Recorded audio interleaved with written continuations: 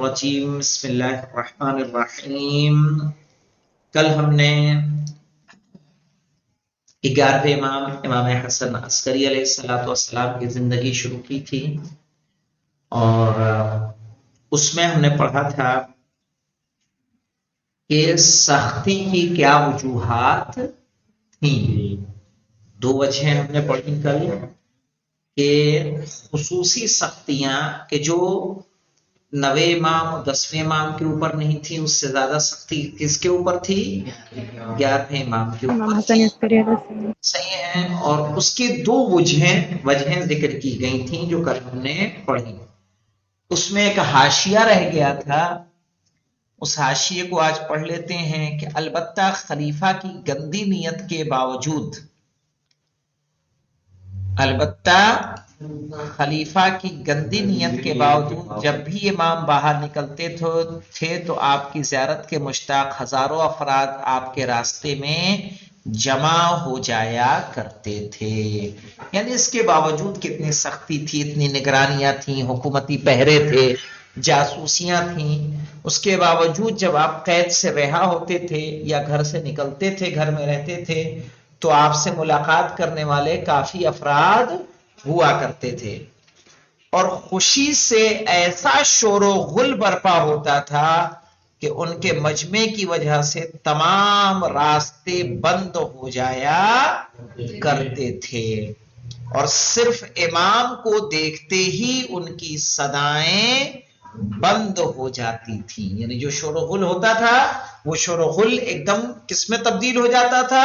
خاموشی میں تبدیل ہو جاتا تھا۔ اور یہ منظر ہمیں کربلا میں بھی دیکھنے کو ملے گا، چاہے وہ جناب زینب کے خطبے کا موقع ہی کیوں نہ ہو۔ اور حضرت کے لیے راستہ کھول دیتے تھے، اور امام کے گزر جانے کے بعد دوبارہ حالات معمول کے مطابق ہو جایا کرتے تھے۔ صحیح ہے، یعنی امام گزر رہے ہیں تو پتہ چل رہا ہے کہ کیا ہو رہا ہے؟ شور و غل ہو رہا ہے۔ صحیح، اور امام جب آ رہے ہیں تو خاموشی میں تبدیل، اور دونوں طرف لوگ بڑھ جا رہے ہیں، امام کو راستہ مل رہا ہے اور امام بآسانی گزر رہے ہیں۔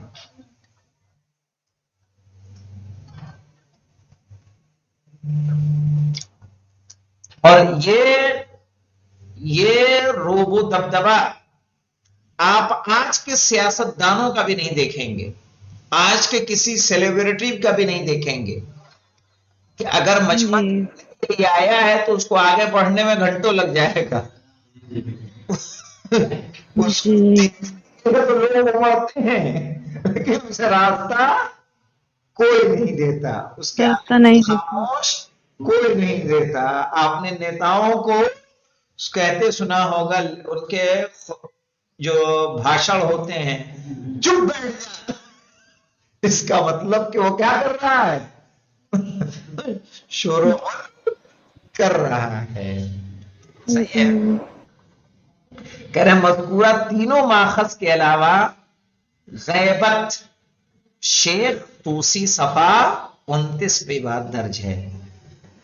آئیے ایک نیا عنوان ہے ہمارے سامنے، امام علیہ السلام کی سرگرمیوں کے مختلف پہلو، یعنی کس کس طریقے سے آپ اپنے عمل کو انجام دیتے تھے۔ کہہ رہے ان تمام پابندیوں، فشار سمجھتے ہیں کس کو کہتے ہیں؟ سختی، دباؤ، ان تمام پابندیوں اور فشار اور عباسی حکومت کی بے وقفہ نگرانیوں کے باوجود، بے وقفہ سے مراد کیا ہے؟ یعنی جن نگرانیوں میں کبھی کوئی رکاوٹ نہیں آتی تھی، وہ نگرانی مستقل جاری رہتی تھی۔ امام حسن عسکری علیہ السلام اسلام کی حفاظت اور غیر اسلامی افکار سے جنگ کرنے کی راہ میں بہت سی سیاسی، علمی اور اجتماعی خدمات انجام دیتے تھے۔ اس طرح سے خلاصہ کیا جا سکتا ہے۔ صحیح ہے، مثلاً جو واقعہ آپ کا ہے بارش والا واقعہ کہ وہ نبی کی ہڈی اس کے ہاتھ میں تھی، راہب کے ہاتھ میں بارش کر رہی تھی، کس کے زمانے کا ہے؟ امام حسن عسکری کا ہے۔ صحیح ہے، جو کہ قید میں آپ تھے، کیا کرتے تھے کہ دین اسلام سے دفاع کی راہ میں، دین اسلام سے دفاع کی راہ میں علمی کوششیں کرنا اور مخالفین کے اعتراضات اور شبہات کا جواب دینا، مختلف علاقوں میں رہنے والے شیعوں سے رابطہ برقرار رکھنے کے لیے اپنے نمائندوں کو معین کرنا، کہ جو کام کر رہے تھے کون؟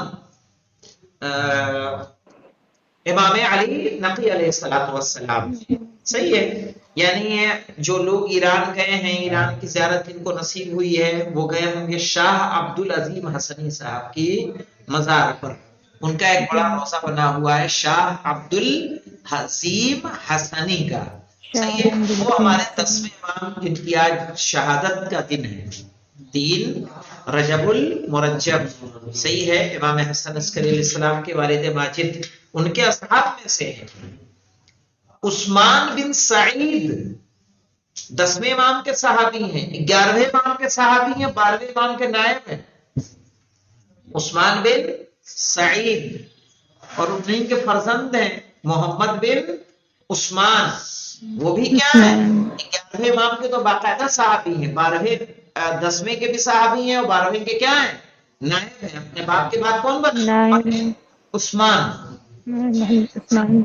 باقاعدہ دربان تھے، دربان، کون؟ عثمان بن سعید، صحیح ہے، یعنی جب بھی کوئی امام سے ملنا چاہتا تھا تو پہلے کس سے ملتا تھا؟ عثمان بن سعید سے، اور امام کے معتمد تھے، صحابی تھے۔ اور ایسا کیوں کیا گیا تھا؟ ایسا اس لیے کیا گیا تھا تاکہ حکومتی جاسوس امام تک رسائی بآسانی نہ رکھ سکیں، صحیح ہے، یہ چونکہ پہچانتے تھے اپنا کون ہے اور دوسرا کون ہے، پرایا کون ہے، اس میں ان کے یہاں فرق پایا جاتا تھا۔ قاصدوں کو بھیجنا اور اپنے پیغامات روانہ کرنا، عباسی حکومت کی جانب سے تمام پابندیوں کے باوجود پوشیدہ طور پر سیاسی سرگرمیاں انجام دینا، شیعوں بالخصوص اپنے خاص اصحاب کی مالی اعتبار سے حمایت اور پشت پناہی کرنا، یعنی ان کی مدد کرنا، مشکلات کے وقت میں اہم شیعہ افراد کو سیاسی دلائل سے باخبر کرنا، انہیں تقویت عطا کرنا، یہ کام انجام دیتے تھے مولانا وسیم صاحب، صحیح ہے۔ شیعوں کو اپنے فرزند 12ویں امام کی غیبت کے لیے آمادہ کرنا، اسی لیے ملتا ہے کہ 12ویں امام کی ولادت کے وقت ہمارے 11ویں امام نے نہ جانے کتنے دمبے، 300 کچھ دمبے میں نے پڑھے ہیں جہاں تک مجھے یاد آتا ہے، ذبح کیے تھے، اور عقیقے میں ایک دمبے کی کہا جاتا ہے کہ اگر کوئی عقیقہ کرتا ہے تو وہ 60 سال یا 70 سال کی عمر میں اضافہ کرتا ہے، تو اس طرح سے امام کی عمر چونکہ زیادہ ہونے والی تھی تو اسی کثیر تعداد میں امام نے باقاعدہ دمبے بھیجوائے ہیں کہ جاؤ وہاں اپنے شیعوں کے ہاں اس کو ذبح کرو اور عقیقہ کرو امام کا اور لوگوں کو کھلاؤ، الگ الگ علاقوں میں امام نے بھیجا ہے۔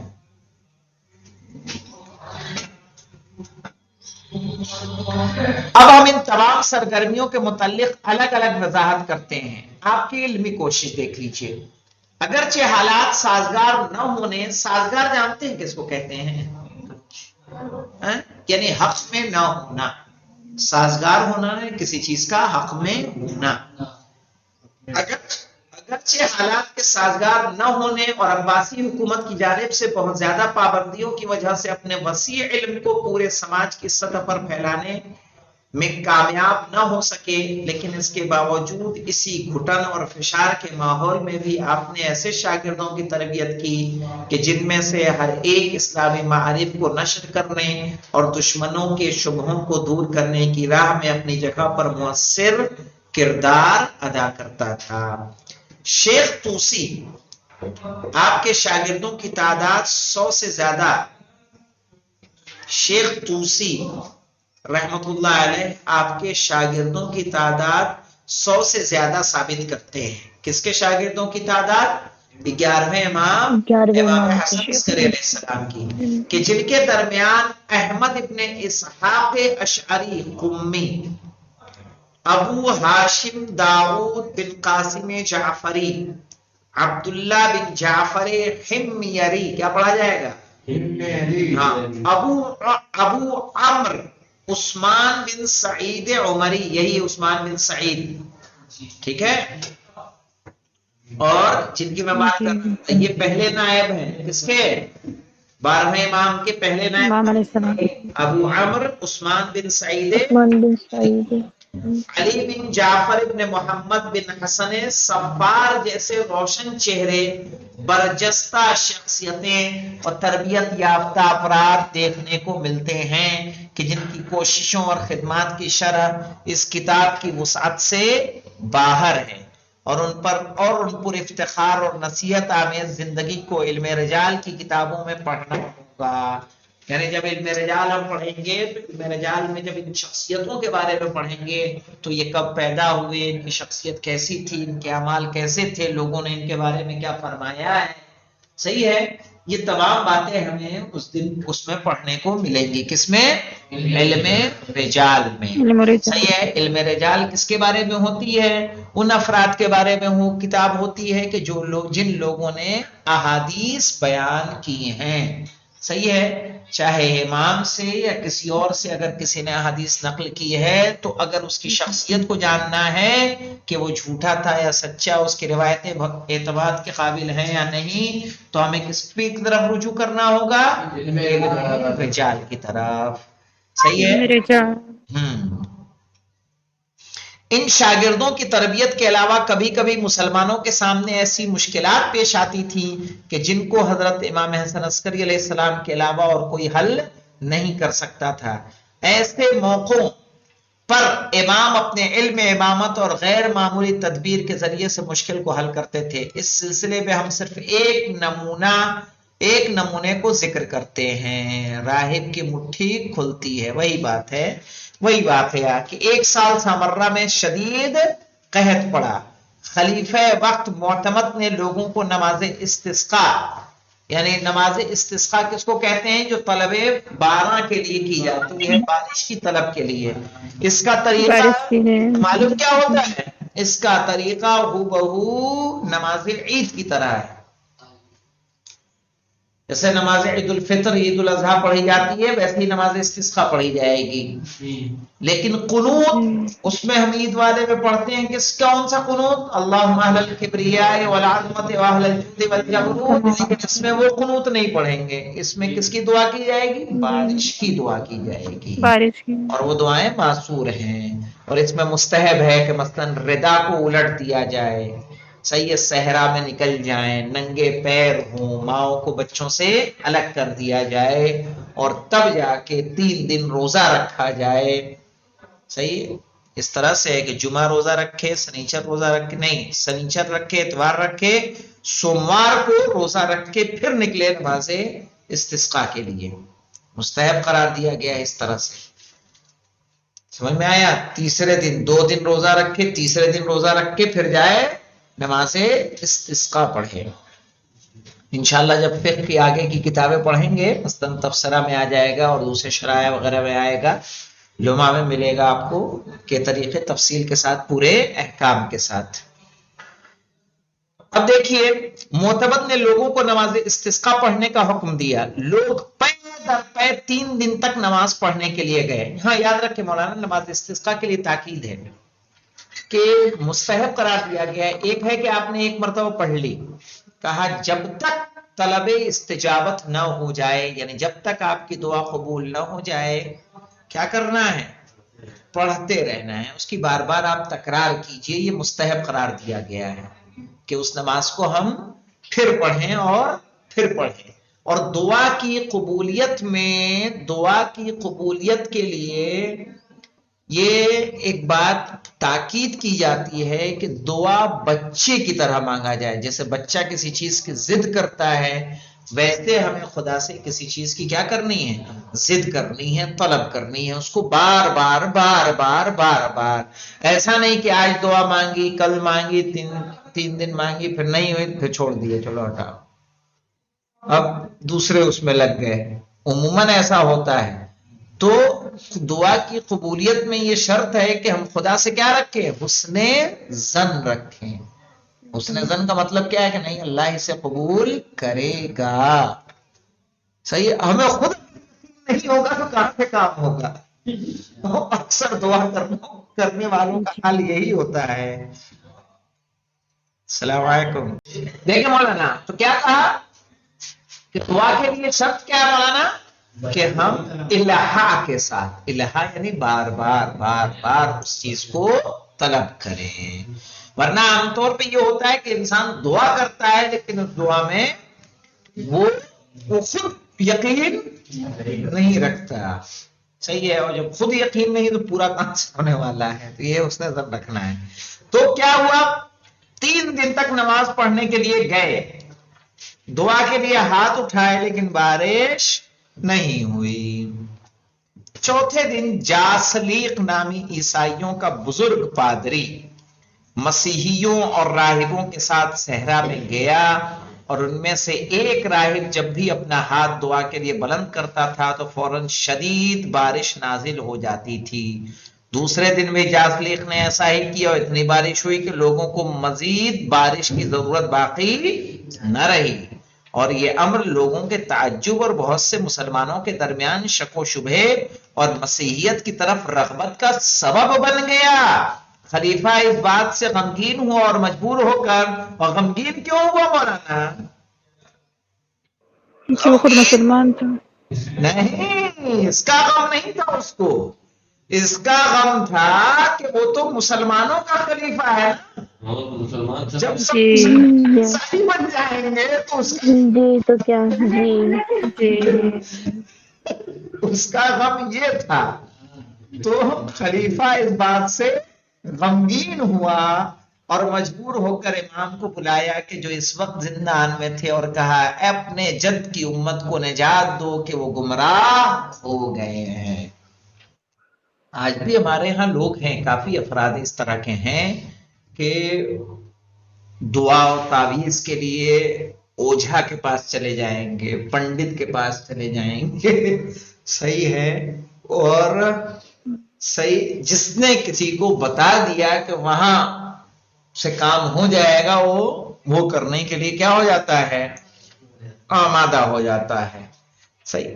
تو اب ایسے میں ایک ویڈیو ہم نے دیکھی تھی ایک شہر یہیں گجرات کی کہ کوئی پتہ نہ کون مائی تھی، تتلا مائی کہ پتلا مائی، جو بھی مائی تھی وہ یاد بھی نہیں مجھے، باقاعدہ شیعہ عورت، اور یہاں ہمارے یہیں کانودر میں رہتی ہے وہ، اور وہ کہ ہمیں تو فلاں مائی نے اچھا کیا ہے. ظاہر ہے شفا دینے والا کون ہے؟ خدا، کوئی دوسرا نہیں ہے. وہ بات الگ ہے کہ وہ وقت ایسے وقت میں ہم آہنگ ہوا کہ ہم کہیں گئے اور ہمیں شفا مل گئی. آئی سمجھ میں؟ تو اب یہ ہے کہ وہی ہوا اس وقت کہ لوگ کس کی طرف راغب ہو گئے؟ مسیحیت کی طرف، کہ مسلمان کہ ہم نے دعا کی، ہماری دعا تو قبول ہوئی نہیں، اس کی دعا قبول ہو گئی. کچھ لوگوں کے ذہن میں یہ آ جاتا ہے کہ ہم نماز پڑھتے ہیں، ہم عبادت کرتے ہیں، روزہ رکھتے ہیں، صحیح ہے، کسی کو ستاتے نہیں ہیں، پھر بھی ہم پریشان ہیں. وہ میرا پڑوسی ہے، نہ نماز پڑھتا ہے نہ روزہ رکھتا ہے، پھر بھی دیکھو اس کے گھر میں خوشحالی ہے. تو وہ یہ سمجھتا ہے کہ ہمارے تمام پریشانیوں کا سبب کیا ہے؟ نماز روزہ ہی ہے، میرا دیندار ہونا ہی ہے. اور یہ کیا ہے؟ شیطان کا ایک حربہ ہے، تاکہ ایک عابد و زاہد کو بھی کیا کر دے، جو عبادت کر رہا ہے اس سے بھی اسے ہٹا دے ہے کہ نہیں؟ تو شیطان الگ الگ طریقے سے لوگوں کو بہکاتا ہے. کچھ یہی کہتے ہیں کہ ہمیں تو کسی طرح کا کوئی نہیں، ہم سب کچھ کرتے ہیں پھر بھی ہمیں کینسر ہو گیا. وہ سب کچھ کرتا ہے، کچھ نہیں کرتا اس کو کچھ نہیں ہوا. یا وہ تمام برے کام کرتا ہے اسے کچھ نہیں ہو رہا ہے. تو ہونا یا نہ ہونا یہ کیا ہے؟ اللہ کیا کرتا ہے؟ سختیوں میں رکھ کے ہمارے درجات کو بلند کرتا ہے. قیامت کے دن یہ روایتیں اس طرح کی کہتی ہیں، باقاعدہ تاکید کرتی ہیں کہ جو غریب و فقراء اور نادار ہوں گے اور صبر و شکر کے ساتھ زندگی گزاری ہوگی، ان کے درجات اور منزلت کو دیکھ کے جنت میں جو اغنیا دنیا کے ہوں گے وہ تمنا کریں گے کہ اے کاش ہم بھی فقیر ہوتے، یعنی ہمارے پاس بھی کچھ نہ ہوتا. صحیح ہے. اور اس کا پورا واقعہ اگر آپ نے قصص الانبیاء پڑھی ہوگی تو جناب موسیٰ کے ہاں ملتا ہے اس طرح کا کہ جناب موسیٰ دریا کے کنارے سے گزر رہے تھے اور ایک صحیح ہے کافر آیا اور کافر نے دریا میں جال ڈال فریا کلمات کہے اور جال بھر کے مچھلی نکل کے آئی. صحیح. پھر ایک مومن آیا، اس نے وضو کیا، وضو کر کے 2 رکعت نماز پڑھی، پھر جال ڈالی تو ایک مچھلی نکل کے آئی، اس نے اسے لیا، سجدہ شکر کیا، لے کے چل دیا. تو جناب موسیٰ نے کہا کہ پالنے والے یہ کیا ہے؟ وہ تیرا بندہ جو تیری حمد کر رہا ہے، تیری اطاعت کر رہا ہے، اسے ایک مچھلی، اور جو تیرے لیے تیرا قرار بھی نہیں کرتا اس کے لیے جال بھر کے مچھلی. تو خدا بند عالم نے قیامت کی منزل کو دکھایا اور دکھا کے کہا تو جناب موسیٰ نے اللہ سے سوال کیا پالنے والے یہ کیا ماجرا ہے؟ تو خدا بند عالم نے آسمان کے دروازے کھولے اور کہا دیکھو کہ جو میں نے اس مومن کے لیے قیامت کے لیے ذخیرہ کر رکھا ہے، اس کی نیکیوں کو ہم نے ذخیرہ کہاں کر دیا ہے؟ آخرت کے لیے ذخیرہ کر دیا. اسی لیے دعائیں ضرور مانگیں. دعا مانگنا ہے کہ پوری ہوئی تو ہوئی، ورنہ وہ نیکیوں کے شکل میں قیامت میں ہمیں ضرور ملے گی. ایسا نہیں ہے کہ نماز پڑھی. بہت سے لوگ آج کل یہی ہو گیا ہے. کل میں تقریر کر رہا تھا 10ویں امام کے شہادت کے عنوان سے، تو شہادت میں ایسے ہی میں نے کہا کہ 10ویں امام کو ابو الحسن ثالث کہا جاتا ہے، اور اس طرح سے دیکھیں گے تو اوپر سے مولا کائنات سے تو یہ چوتھے ابو الحسن ہیں. میں نے کہا جو دعائے توسل ہوتی ہے اس میں آپ نے نوٹس کیا ہوگا، لیکن میں نے کہا بیٹھیں گے تب تو نوٹس کریں گے. سارے پڑھ پڑھ کے پھر کیا میں نے کہا آپ جب بیٹھیں گے نہیں تو کیا پتا چلے گا دعائے توسل میں کتنے ابو الحسن آتے ہیں. صحیح. تو اب یہاں دیکھیں، اب مجبور ہوا تو کیا کیا؟ امام کو بلایا جو اس وقت کہاں تھے؟ زندان میں تھے، اور اپنے جد کی امت کو نجات دو کہ وہ گمراہ ہو گئے ہیں. امام نے فرمایا جاسلیق اور راہبوں سے درخواست کرو کہ کل سہ شنبہ جانتے ہیں کس کو کہتے ہیں؟ بدھ نہیں، منگل. ارے کام کرو گے تم لوگ. صحیح ہے. سہ شنبہ کو صحرا کی طرف جائیں. خلیفہ نے کہا لوگ اب بارش کی خواہش نہیں کر رہے ہیں چونکہ کافی مقدار میں بارش ہو چکی ہے، لہٰذا اب دوبارہ صحرا میں جانے کی کیا ضرورت ہے؟ امام نے فرمایا کہ اس لیے کہ میں انشاءاللہ شک و شبہے کو دور کر سکوں. خلیفہ نے حکم دیا اور مسیحوں کے رہنما راہبوں کے ساتھ سہ شنبہ کو صحرا کی طرف گئے. امام حسن عسکری علیہ السلام بھی لوگوں کی ایک بڑی بھیڑ کے ساتھ، ہاں بھیڑ مت پڑھ لینا جی، بڑی بھیڑ کے ساتھ گئے، اور اس وقت مسیحیوں اور راہبوں نے بارش کو طلب کرنے کے لیے آسمان کی طرف اپنے ہاتھ کو اٹھائے. فوراً آسمان پر بادل چھا گئے اور بارش نازل ہو گئی. امام نے ایک راہب کے ہاتھ کو پکڑ لینے کا حکم دیا اور کہا کہ اس کی انگلیوں کے درمیان جو کچھ ہے اسے نکال لو. تب اس کی انگلیوں کے درمیان کالے رنگ کی ایک ہڈی پائی گئی. امام نے اس ہڈی کو لے کر ایک کپڑے میں لپیٹا اور راہب سے فرمایا اب بارش کی دعا کرو. راہب نے پھر اپنے ہاتھوں کو آسمان کی طرف بلند کیا، لیکن اس بار اس کے برخلاف ہوا اور بادل چلے گئے.